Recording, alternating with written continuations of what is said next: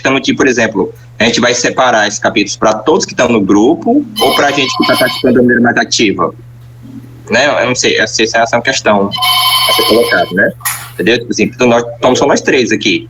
Né? Porque se a gente for dividir para todo mundo do grupo e as pessoas não... Sim, né? Muita gente tem que estar em silêncio, né? E tudo, né? Como seria? A gente realmente separaria... Porque tem mais de 10 pessoas, tem no grupo? Deve ter umas 10 pessoas, eu acho.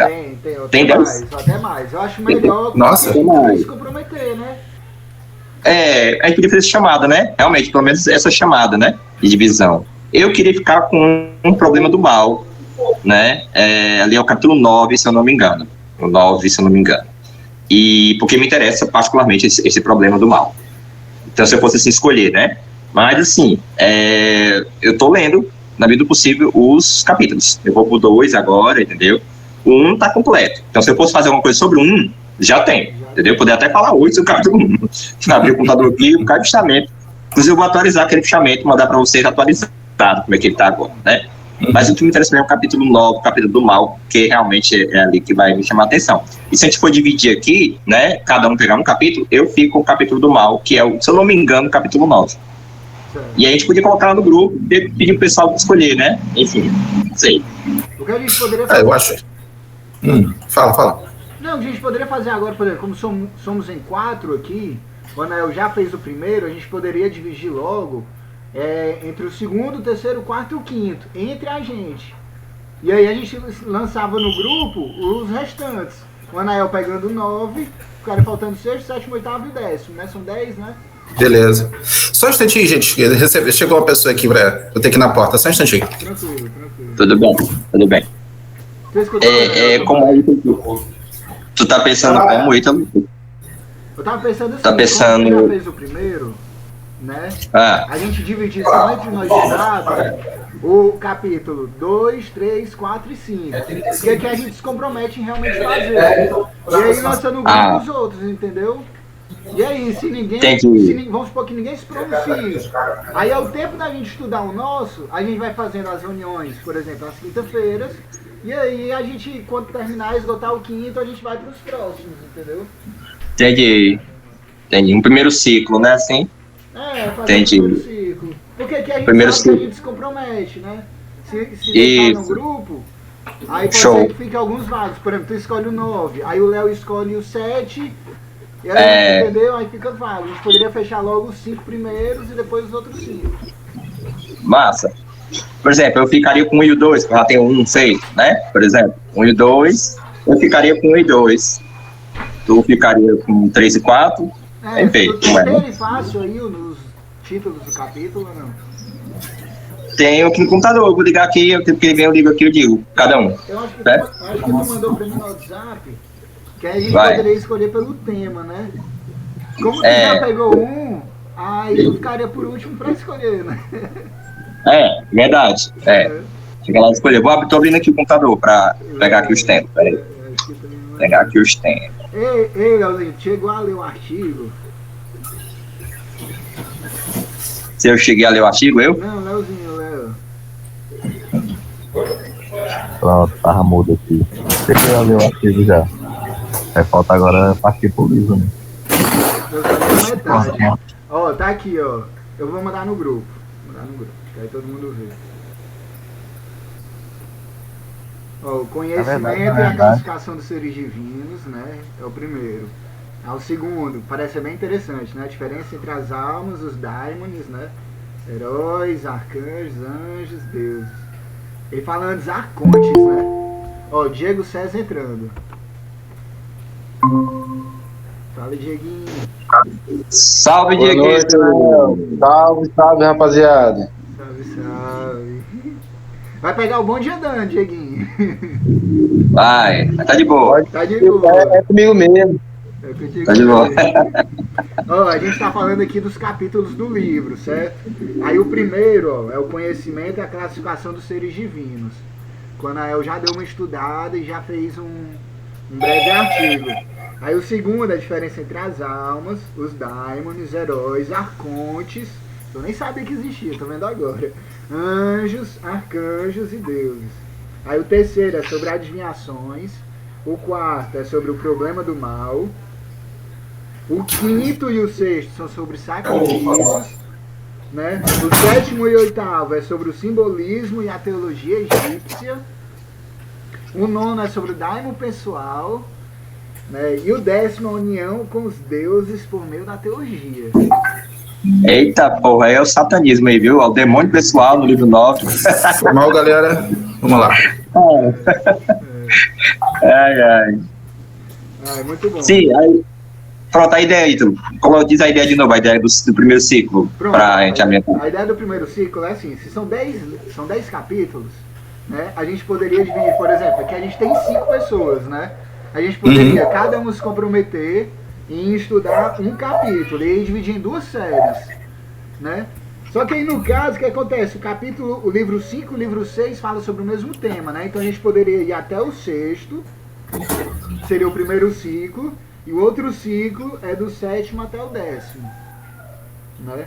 Então a gente tem o livro 1, livro 2, livro 3, livro 4, o livro 5 e o livro 6. Livro 5 e 6 juntos, que está dentro do sacrifício. E aí cada pessoa, resumindo aí para o Dieguinho que chegou agora, né? Cada pessoa ficaria responsável por estudar esse capítulo, né? Fazer um breve resumo, né? E aí, se quiser, e é muito interessante, né, compartilhar com a gente. O que acontece? Muito provavelmente, se, por exemplo, né, eu ficar com adivinhações, muito provavelmente vou estar estudando sobre o capítulo, enquanto em paralelo tu vai estar estudando sobre os anjos e os daimons. Aí é muito provável que eu não estude o teu e tu não estude o meu, porque tu vai estar ocupando estudando o teu, entendeu? Como bem o Firmino falou. Então, quando a gente se reunir, eu compartilho do teu, eu compartilho do meu, todo mundo compartilha todo mundo e aí todo mundo aprende, né? Nessa brincadeira. Deixa eu fazer aqui, eu estou no chat aqui organizando os capítulos e os temas. É interessante a gente saber, porque na versão que foi colocada no grupo não tem isso de maneira explícita. Tem que dar uma olhada com calma, vamos lá. E até fica mais fácil. Por exemplo, o 9 é o problema do mal, né? Como o Anel falou. Do mal é o 4. Pois é, do mal é o 4. Eu mandei no É o 4? grupo. Desculpa. Ah, tá aqui? Peraí. Se quiser até compartilhar a tua tela aí. Ah, excelente. Tá aqui, pronto. Ah, que delícia. É isso mesmo. Perfeito. Tá, então deixa eu voltar aqui que eu peguei, eu fui ter que atender a farmácia aqui, gente, foi mal. É por isso que eu saí fora. Então vamos lá. Livro 1, tá. Problema do Mal, livro 4. Conael disse que é dele. Eu posso no livro 4. Anael, ninguém toca, que é meu. Não que eu já fiz sobre o livro 1, né? Então, o livro 1 já tá todo feito pra mim já. Aí, enfim, se eu ficar com 4, eu libero 1 então pra alguém, né? Nada impede, Anael, que alguém vá apresentar o livro 1 também. E vocês compartilhem, vocês pode ser, botem confronto de ideias. Show. Entendeu? Talvez seja até interessante. Eu não soube. Vocês mantiveram a ideia da apresentação? Eu acho legal. Sim. A gente manteve a ideia da apresentação. Um resumo, né? E uma apresentação, uma socialização do capítulo para uma reunião como essa, né? Socializar o que a gente viu no capítulo, né? A gente poder confrontar as ideias, é isso aí. E se a gente for, tipo, toda quinta, um tema, né? A gente dá aí 2 meses e pouquinho. E terminaria. Se toda quinta fosse um tema.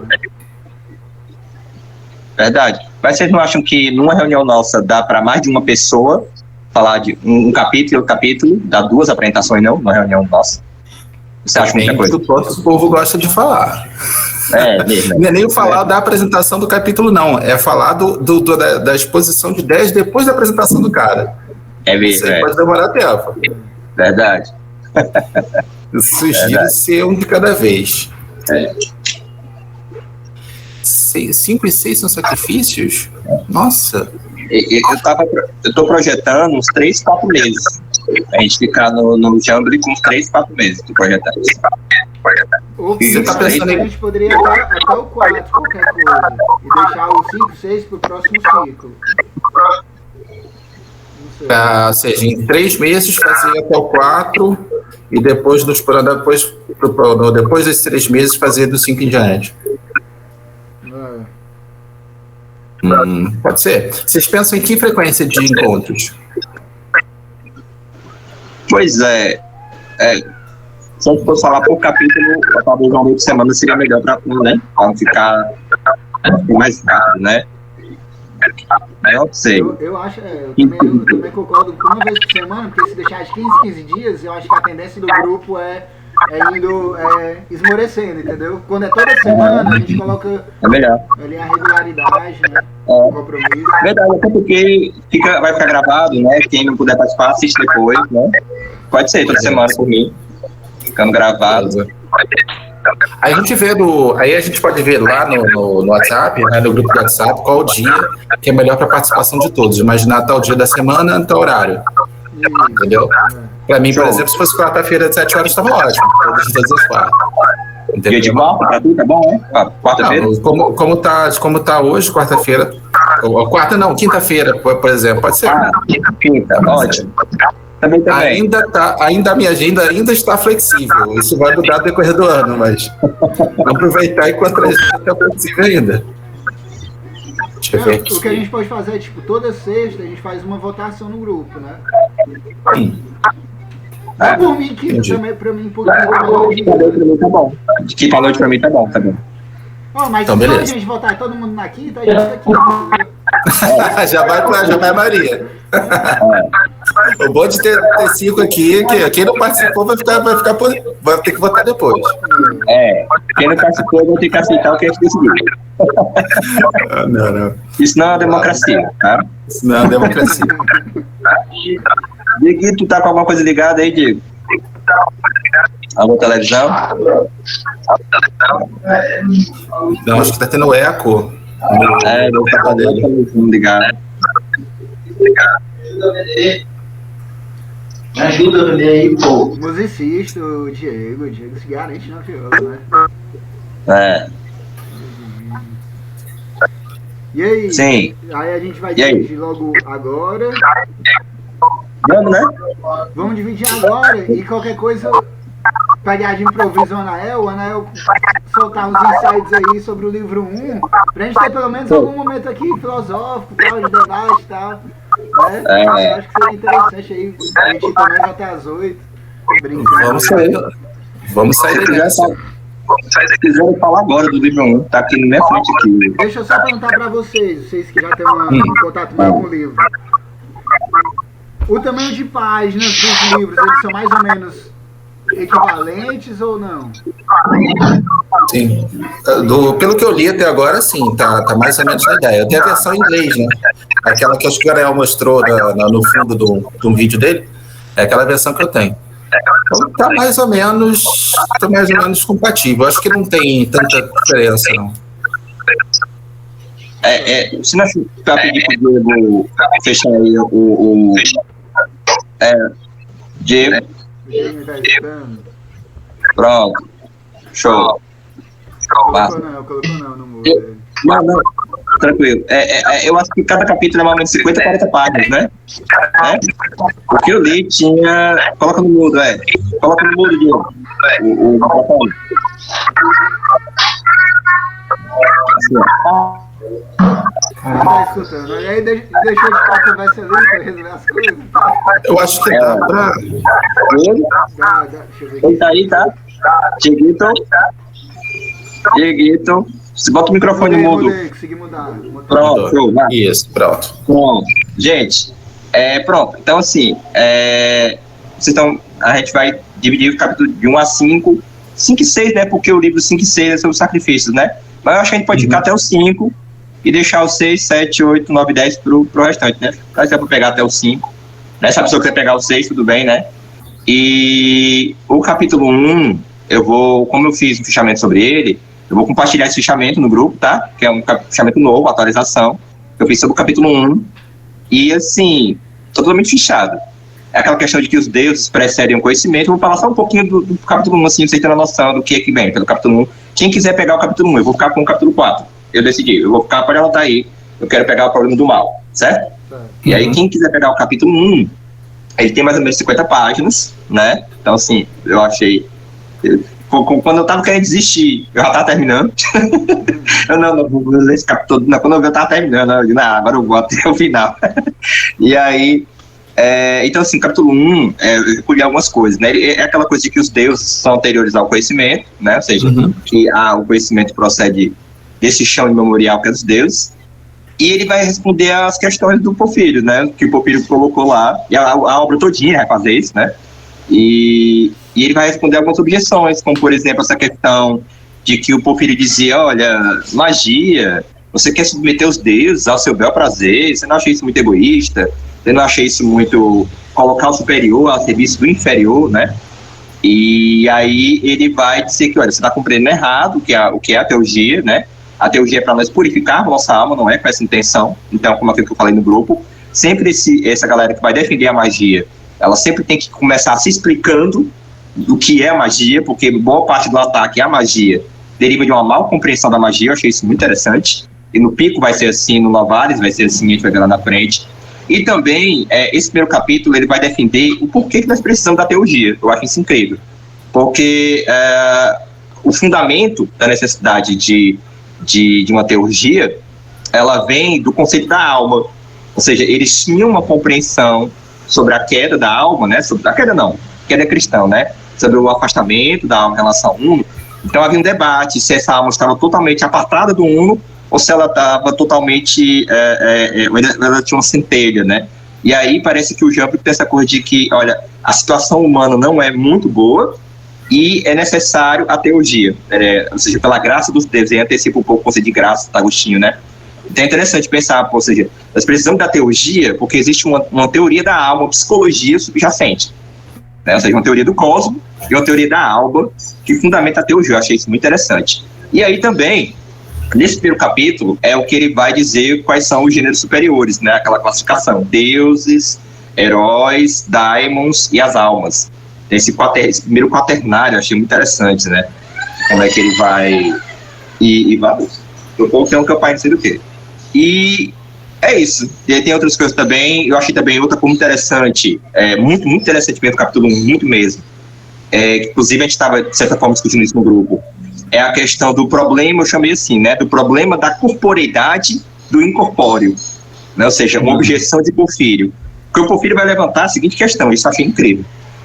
Como é que você quer pensar o transcendente como corpóreo? Porque a teurgia, né, ela quer pensar em imagens, Deus, corpóreo, né? Pensar uma certa corporeidade. E aí o Jambrick ele vai se rebolar um pouquinho para dizer, olha, é uma corporeidade, mas não é uma espécie de corporeidade metafísica. Eu achei isso interessante, né? Ou seja, como ele vai tanto preservar a ideia de corpo necessária para o ritual, para a teurgia, pensar corpo, né? Como também não é uma corporeidade do tipo da matéria, né? Do tipo da situação material. Então, ele vai criar o conceito, por exemplo, os deuses, né? Eles estão em todos os lugares ao mesmo tempo, porque eles englobam, né? A questão da cadeia participativa, a cadeia do ser. Então, eles englobam. E aí, ele vai tentar mostrar que há certos lugares que são sagrados, porque esses lugares sagrados, para os deuses, eles participam de uma maneira mais próxima, mais qualificada da chave daquele Deus, né? Então, essa questão de lote divino, de porções divinas, né? Ou seja, território divino. Achei isso muito interessante isso. E difícil de pensar assim, né? Não é fácil de você imaginar o que ele está querendo dizer, né? Ele vai falar da imortalidade da alma, ele vai falar que os deuses não são suscetíveis às paixões, ou seja, eles não são passivos em relação ao ser humano, né? E aí nós vemos o quê? Uma tentativa do paganismo filosófico, né? De tentar repensar o paganismo popular numa perspectiva mais filosófica. A gente percebe esse esforço, né? Assim, para combater o cristianismo ali. E uma coisa que eu não sabia, não sei se o Fábio sabia disso, mas deveria saber disso, eu não sabia. Eu estava assistindo uma palestra sobre o Jambrick, que o cara disse uma coisa muito interessante, que o Santo Agostinho usou, olha que o Santo Agostinho era mala, né? O Santo Agostinho usou essa carta do Porfírio, criticando a teurgia, criticando os deuses, para fundamentar a crítica que ele faz, a crítica cristã que ele faz ao paganismo. Ou seja, o Santo Agostinho usou de uma fonte pagã para combater o paganismo, né? Ou seja, isso eu não sabia. Não sei se o Fábio sabia disso. O Tomás Aquino faz a mesma coisa. É mesmo? Direto. O Tomás Aquino faz isso. A Agora o Santo Agostinho... Interessante que Pois é. Não, só ia dizer que às vezes a gente para pra pensar, vamos humanizar o pensamento, né? E muitas das coisas humanas é assim, dá o jeito, né? Eu paro pra pensar que o cara utilizou... a gente parou pra pensar assim, o que era ser um filósofo que contestava o cristianismo naquela época? Você ia ser perseguido, com certeza, tá ligado? Não e aí naquela o cara época. aí você... Como é? É porque até 390 você tem o conhecimento do cristianismo. Só depois de 390 que ele é estabelecido como religião oficial, aí começa a ver a perseguição ao paganismo de fato. Não, mas porque assim, até o ano 300 mais ou menos o cristianismo era igreja primitiva, não era não? O que você chama de... o tal cristianismo, sim. Eles escalam isso, que tipo, antes do estamento de Pedro, né, de começar a igreja mesmo, a igreja primitiva de cristã era o quê? Era o cara ficar pregando no meio ficar andando, pregando, e trazer aquele sentimento comunitário que começou nas 12 tribos de Israel e tal. Sim. E aí, que eu saiba, né? Até o ano 300, a igreja se permaneceu assim, sem ser instituição. Era mais uma doutrina, vamos dizer assim, né? Não era uma instituição. A partir do ano 320, por ali, foi que começou a instituição em si, né? Nos primeiros séculos ele era como uma seita dentro do judaísmo. Aí depois, com as ideias paulinas, ele foi se disseminando pros... droga, esqueci como é que os judeus se referiam aos não-judeus. Também, né? Gentios que eles falam, né? Tinham várias seitas cristãs, na verdade. O cristianismo era uma coisa só. Quem fala muito isso é o Chico Teresa. Você tem as seitas que eram mais tomistas, né? Seguia Tomás, tem as seitas mais paulinas, que seguiam Paulo, tomistas seguiam Tomé, as seitas paulinas seguiam Paulo, tem várias seitas dentro do cristianismo. E elas iam se espalhando, né? Iam se espalhando da mesma forma como o Diego falaria, mais ou menos falando para as pessoas, pregando para as pessoas, né? Era pregando para as pessoas, arredando os pobres, né? Fazendo aqueles banquetes com os pobres, né? Chamando os pobres para comer entre eles, e dentro daquilo ali eles começavam a passar a palavra, enquanto o pobre enchia a barriga, né? É muito isso. Daí veio o termo caridade. O caridade vinha dos banquetes, que eram pelos romanos chamados de caritas. Caritas é fazer um banquete. É você chamar as graças para um banquete. E aí você fazia a caridade, na verdade, promovendo o banquete das pessoas. Aí o cristianismo pegou essa ideia de caridade, do caritas do banquete, e passou isso a passar isso para os pobres. A chamar os pobres, a convidar os pobres a participar daqueles banquetes, e dentro dos banquetes eles iam pregando. Eles iam passando a palavra. Só que antes do século 300, antes do 300, já tinha começando uma ideia institucional de você ter bispos, de você ter determinadas autoridades ali, teólogos dentro do cristianismo começando a crescer. E depois dos 300 isso começou a ser institucionalizado mais, como uma igreja mais coesa. Tá? Mas até o 300 era um monte e os apócrifos ainda valiam, ou seja, ainda tinha um monte de versões do evangelho, era uma coisa muito menos coesa. Eram uns hippies primitivos, assim, a galera, né? Sim, e baderneiros, tá? Eles costumavam tacar pedra nos ídolos. Eles oravam tacar pedras nos templos. Mas interessante, viu, Fábio? Porque essa questão da caridade aí que tu trouxe, até nas religiões pagãs, por exemplo, uma vez eu conheci um cara que ele era da Mandinga, africano, e aí que é aquela religião que misturava o paganismo africano com os muçulmanos, né? As ideias muçulmanas e tal. E aí, ele falava muito sobre o conceito de esmola. Malê, exatamente. Malê, aí aí ele falava muito do conceito de esmola.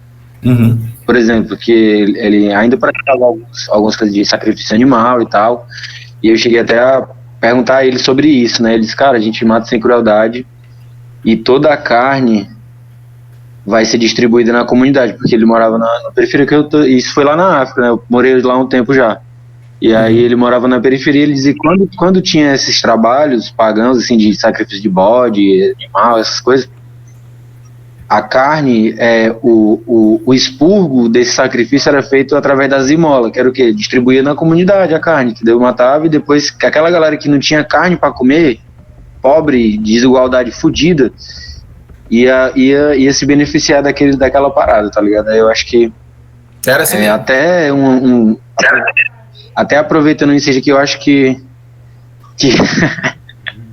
eu acho que a época das luzes assim, dos gregos, né, essa questão da razão que a gente está trabalhando aqui agora, eles tentaram conceituar muita coisa que já existia. Aí hoje a gente critica, né, mas os caras estavam, mas na verdade foi uma tentativa deles de trazer um pensamento assim, que todo mundo pudesse entender, assim, uma coisa acadêmica, né, vamos dizer assim, né, um método científico primitivo, assim, né. Nos deuses antigos, você tinha isso também, você tinha todos os sacrifícios, eram feitos sacrifícios logo, todos que todo mundo sabe, de vários animais diferentes, bois, porcos, galinhas, etc, etc. Tem até aquela frase no final clássica do Sócrates, né, na apologia dele, desculpa, eu esqueci, não esqueça de matar o galo do Plasclepe, por favor. Então se fazia sacrifício. Só que também se fazia um banquete depois, e tinha até alguns deuses que eram comuns de você chamar os pobres para banquetear. Por exemplo, a Hécate era uma que ela também recebia sacrifícios somente de cães pretos, e a carne dos sacrifícios era colocada nas encruzilhadas triplas, que eram dedicadas a ela. E aí vinham os pobres e iam até essas encruzilhadas e comiam o sacrifício para Deus ali, tá? Os mais, vamos dizer assim, os mais elitistas dizem, não, isso não é bom, isso é sacrifício para os deuses, os pobres não podem comer. Mas os próprios pobres já faziam, já tinha essa prática de ficar esperando aquele sacrifício chegar na encruzilhada para ir lá e comer. Então isso Candomblé ainda é assim, isso é bem comum. Os paganismos são muito parecidos. Eu queria só abrir um parêntese aqui interessante, pegando esse lance do corte, né? O ser humano, até os nossos bisavós, né? Eles sempre mataram os animais para poder comer. Sempre, sempre, sempre. E aí eu acho que a única geração, talvez a gente, os nossos pais, a única geração que não tem esse contato com a morte direta por causa da indústria alimentícia, né? E a gente pode pensar o mal que isso pode fazer à nossa psique de não estar tendo contato sempre com a faca, com corte e com sangue. Porque, cara, a gente é a única geração ao longo de toda a história da humanidade que não tem esse contato direto com o sacrifício, né? E eu acho isso bem interessante. Por isso que o veganismo está crescendo tanto, né? Interessante isso, né? Não, e falar uma coisa sobre o sacrifício, né?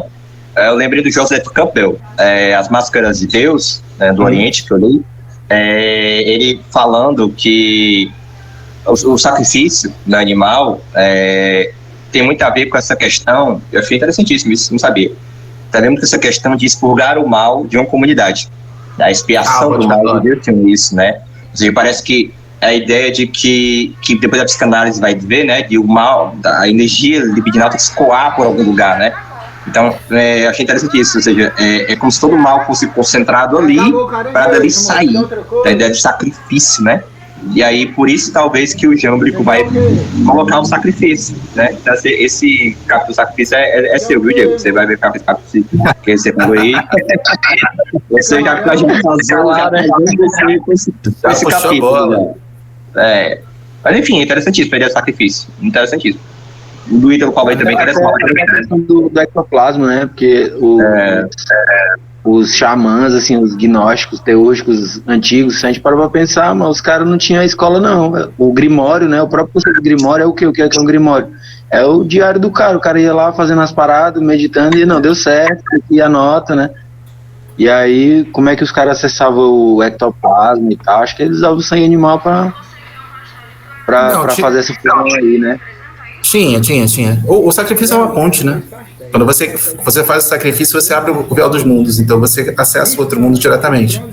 E aí, dependendo da forma como você pode fazer isso, você sintoniza uma determinada energia para ir e para voltar. Ou para ir, no caso, como o Anael colocou, né, que é um expurgo, ou seja, você tem os pecados como energia ruim, que pela ponte que você criou pelo sacrifício, aquele expurgo sai, os judeus fazem muito isso. Epa, Diego caiu. Mas continua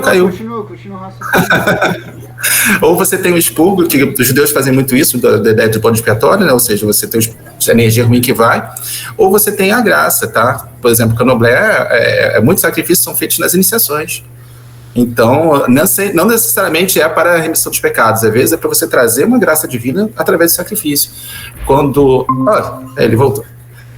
Bem-vindo, Diego. Por exemplo, às vezes, muitos sacrifícios eram feitos antes de guerras.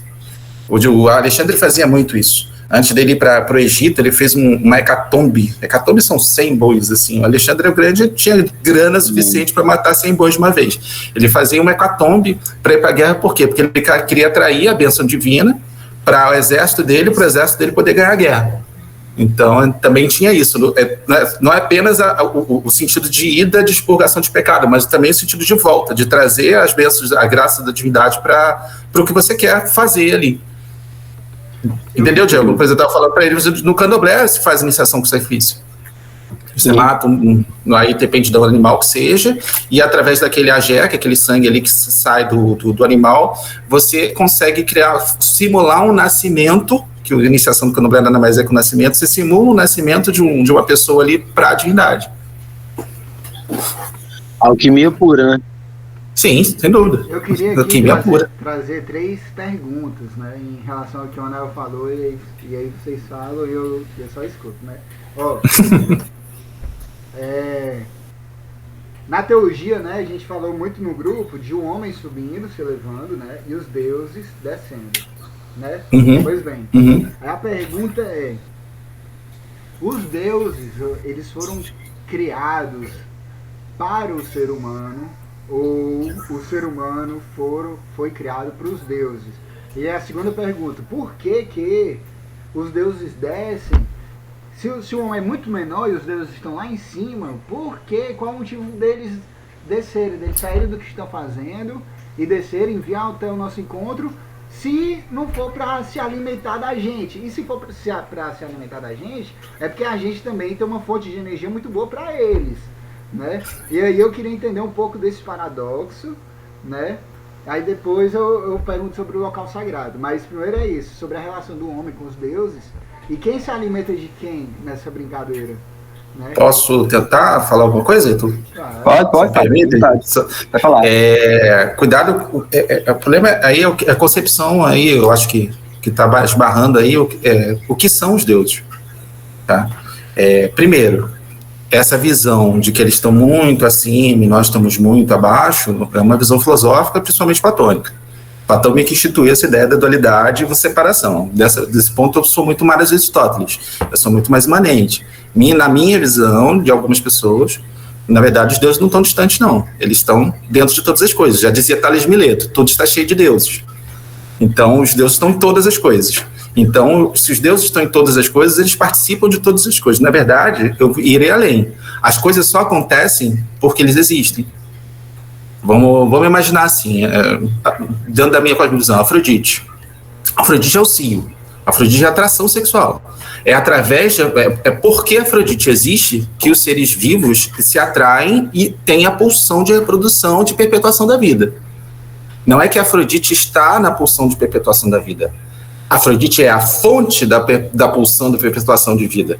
Então, no momento que você tem tesão por alguém, você está imerso em Afrodite, você está sob os encantos de Afrodite, você está sendo levado, sendo conduzido por Afrodite. E aí entra outra questão. Mas quem se alimenta de quem? Eu diria que somos nós que nos alimentamos dos deuses e não o contrário. Porque somos nós que pegamos a força, essa graça, e essa graça é muitas coisas, se apresenta de muitas formas, somos nós que pegamos essa graça e através dessa graça que nós fazemos as coisas, através dessa graça que nós vivemos, através dessa graça que nós temos pulsão sexual, através dessa graça que nós pensamos, através dessa graça que nós lutamos, que nós temos coragem, através dessa graça que acontece uma série de coisas com a gente. Então, se for pensar em alimentação, somos nós que nos alimentamos deles. Os sacrifícios, voltando à questão do sacrifício, muita gente pensava, vou matar um bicho para poder alimentar um deus. Não. Você vai ver no Sallusto, no texto que eu botei no grupo lá, sobre os deuses dos cosmos, que ele fala de sacrifício também. Os neoplatônicos defendem muito essa ideia. Os sacrifícios não são para benefício dos deuses. Os sacrifícios são para nosso benefício. Por quê? Porque matamos os animais não é porque o Deus precisa daquele animal. Nós matamos os animais para criar uma ponte através do Deus via a morte daquele animal e por essa ponte a graça deles via até nós. O Deus é inflexível, o Deus ele não é afetado por nada, apesar de que eu tenho uma pequena visão diferente dos neoplatônicos disso. Mas, na perspectiva neoplatônica, os deuses não são afetados por nada. Então, o sacrifício, você matar ou não matar um animal, não faz a menor diferença para a divindade que você está fazendo. O que vai acontecer é que aquilo vai fazer diferença para você. Porque você vai trabalhar através da morte daquele animal a ponte para trazer a graça dele até você. Agora, e aí vai a opinião minha, e isso bate muito com algumas filosofias herméticas, de que tem uma linha do hermetismo que acredita, por exemplo, que o mundo, a criação, ela não é apenas um produto divino, mas a divindade e a criação trocam coisas assim, trocam entre si. Não que os deuses sejam apenas fontes inatingíveis, como os deuses neoplatônicos pensavam, mas os deuses meio que se veem no espelho da criação, eles se veem espelhados na criação, eles acompanham a criação o tempo todo, e por acompanharem a criação, de alguma forma eles aprendem, alguma forma aquilo ali lhes traz alguma coisa. Então, como se fosse um alquimista. A gente é mera consciência dos deuses. Sim, pode pensar assim. Mas, fechando, é como se fosse um alquimista e sua obra. O alquimista está fazendo aquele procedimento ali. Aquele procedimento que o alquimista está fazendo se transformar dentro daquele instrumento alquímico, dentro daquele recipiente alquímico, a transformação que está acontecendo ali também está acontecendo nele. Então, eu acho que os deuses participam da realidade um pouco isso. Eles veem a realidade, a transformação acontecendo, e da mesma forma aquela transformação acontece dentro deles. Então, existe um espelhamento que está acima como está abaixo, por aí vai. Mas aí é perspectiva minha e de alguns herméticos. Os neoplatônicos não. Os neoplatônicos vão dizer que os deuses são inatingíveis. A criação não os afeta. Entendeu? O Léo perguntou aqui, ó. Aí existe... Quer falar da pergunta? Não, melhor tudo que eu, vai. Peraí, que no momento que eu perguntei, ela saiu da... Mas foi algumas perguntas, né? Aí eu penso... Não tô ouvindo, Léo. Fala mais alto, não tô ouvindo. Baixinho, Léo. Baixinho. Melhor.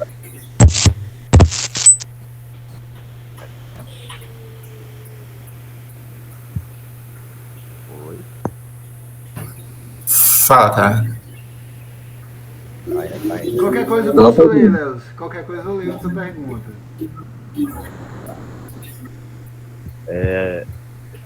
Eu tinha na cabeça que a existência, algo que existe, precisa de motivo. Não tiver motivo, não tem que existir. Aí eu tinha na cabeça, os deuses existem para que o universo tenha vida. Aí, contrário, né? O universo que não... Porque a vida, ela pode ter... O universo pode não ter vida. O universo tem vida, ele não tem Deus. Fazendo analogia com o que eu conheço, os deuses, eles são como as forças do universo que dão movimento e vida às coisas. No caso, fazendo essa analogia, os deuses seriam os campos que geram as partículas fundamentais do universo, tipo os campos de bóson, campos... e nós, né, a criação, as criaturas são as partículas que nascem desses campos de partículas. Seria mais ou menos essa analogia? Concordo. Da primeira, do início, né, Deus existe para que o universo tenha vida, aí eu vou na maêutica. O que é vida? Não necessariamente vida é só o que a gente conhece como ser vivo. Em muitas concepções cosmogônicas, os deuses também atuam em coisas que nós não consideramos vida. Por exemplo, Hefesto é o fogo, é o fogo que existe dentro da Terra, que molda as coisas. Então, ele molda os objetos ditos inanimados. Então, ele não seria responsável por por as coisas, pelos seres vivos como a gente entende, mas nós temos o calor do fogo dentro de nós, como os alquimistas falam. Então, movimento, eu acho que é melhor. Porque movimento pressupõe caminhar, né? Pressupõe criação e desenvolvimento, e reações e interações. Eu acho que movimento talvez fale mais até do que vida. Agora, a ideia do campo... Mas deixa eu te perguntar, isso não é uma visão muito determinista, não? Não que eu não seja, não que eu seja contra a visão... Não entendi. não é uma visão muito determinista, não que eu não seja contra, eu até simpatizo muito com a visão determinista, mas não seria muito determinista e dizer que ao fato de eu estar tomando um vinho aqui, seria Dionísio que está se aproveitando e tudo dele, e a minha vontade de comprar o vinho e tomar não influencia? Não, sua vontade influencia. Eu acho que não é uma questão dessa. Acho que existe um conjunto de coisas que você chama de sua vontade.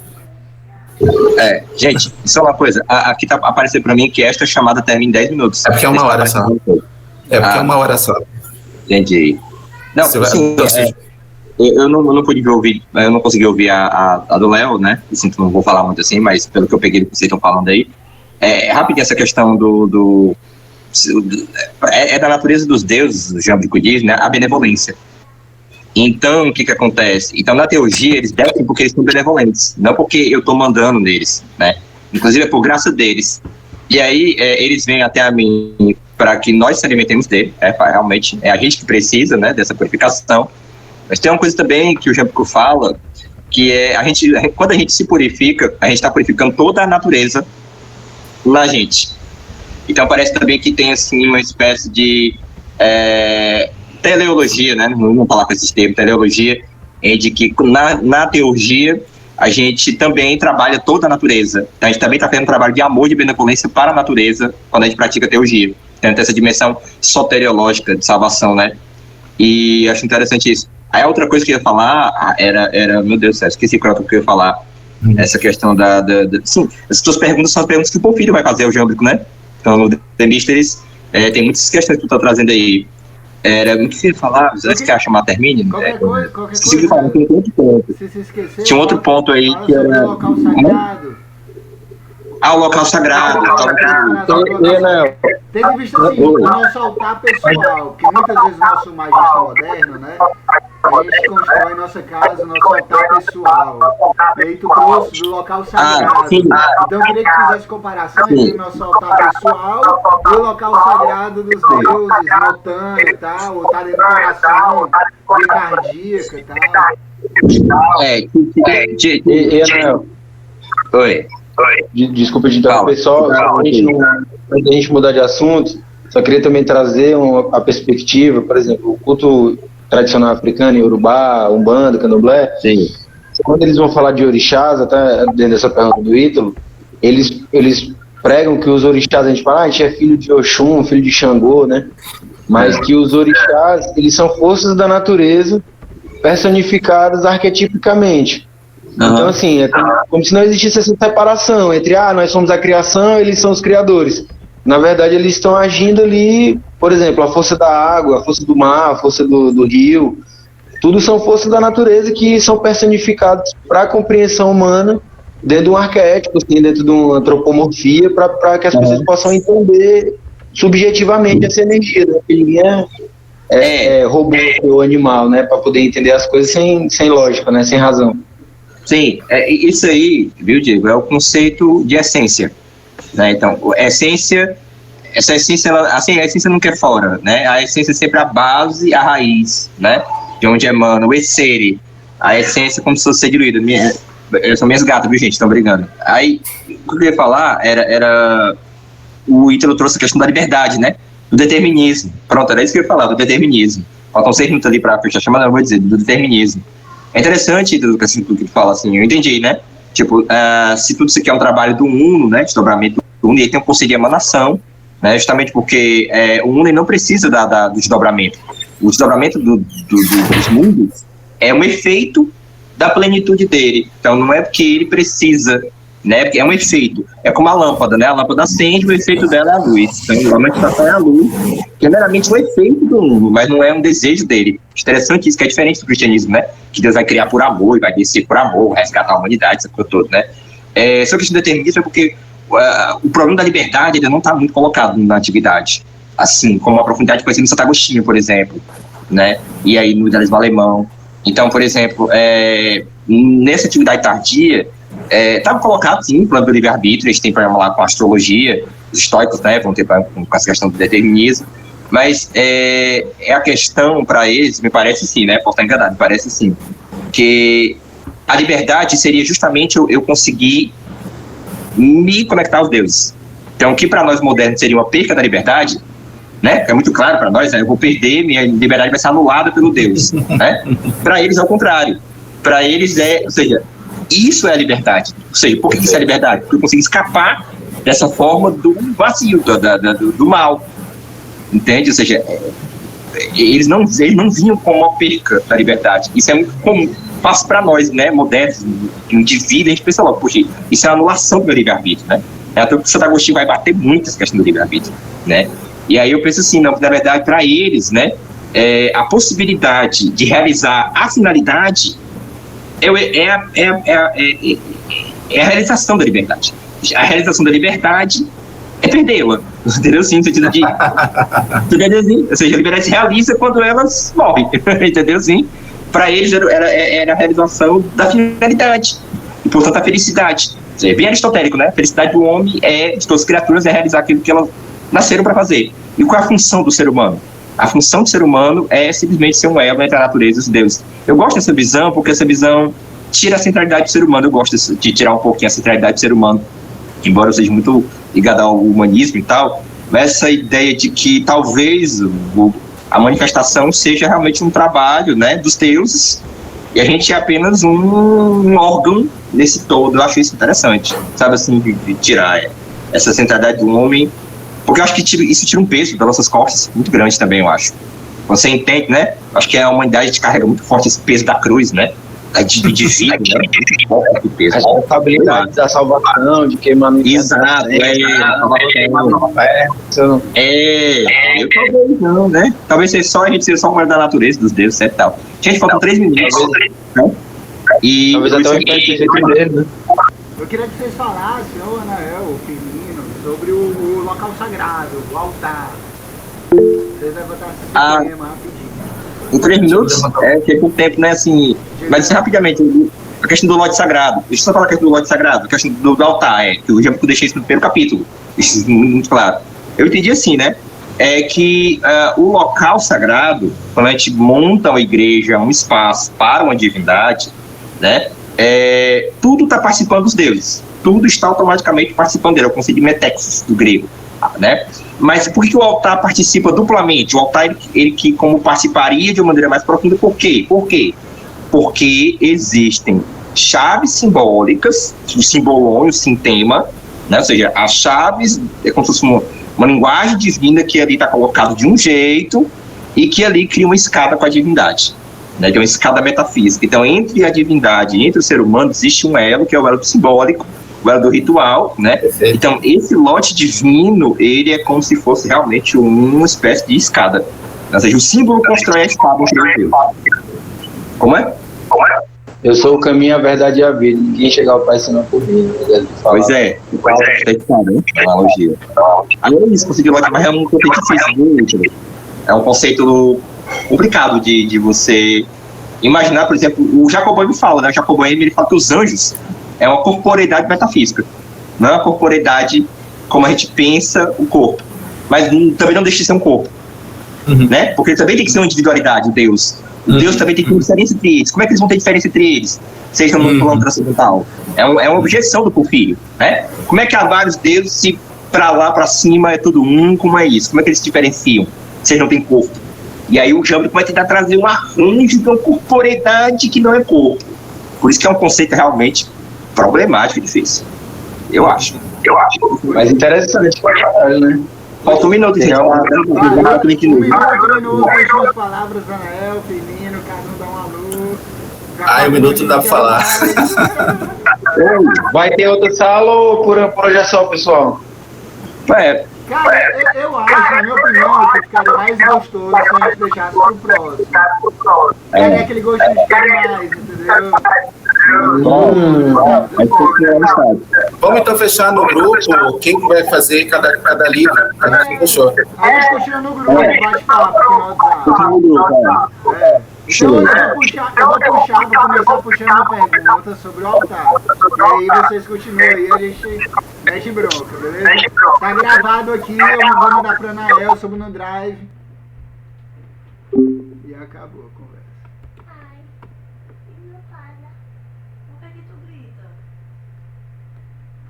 porque eu acho que a galera não tá escutando.